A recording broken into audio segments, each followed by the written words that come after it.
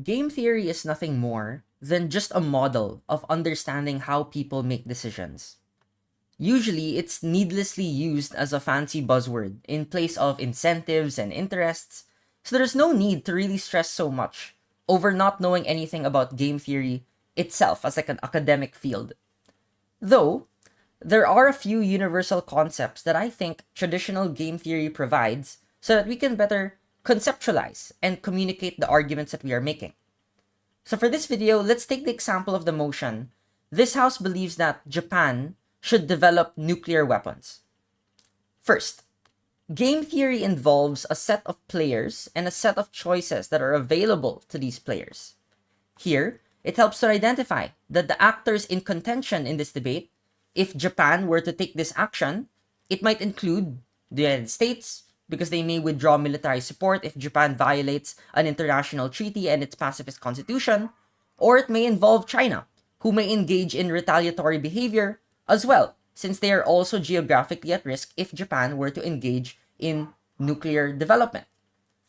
Second, depending on the actions of players, there are rewards and that there are costs. And generally speaking, players want to choose the most optimal strategy that serves their interest, which involves anticipating the actions of other players.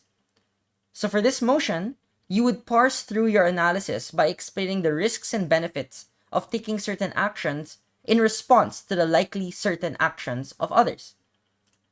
Third, the models of game theory change depending on how you characterize the conditions of the game. How much information is available?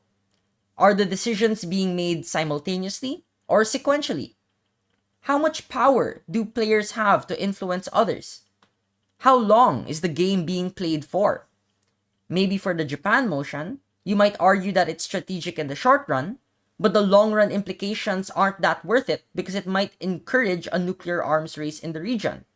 So of course, your analysis of the utility function or the value of these players should always be wary of these potential changes. What's the bottom line here? Game theory is a way to simplify complex relations between people. If the game becomes too complex, it's truer to reality, but often it's much harder to fit into an argument. The challenge for debaters then is to navigate these nuances and track the assumptions of the game as well. Alright, that's it for today's video. Thank you everyone and have a wonderful day.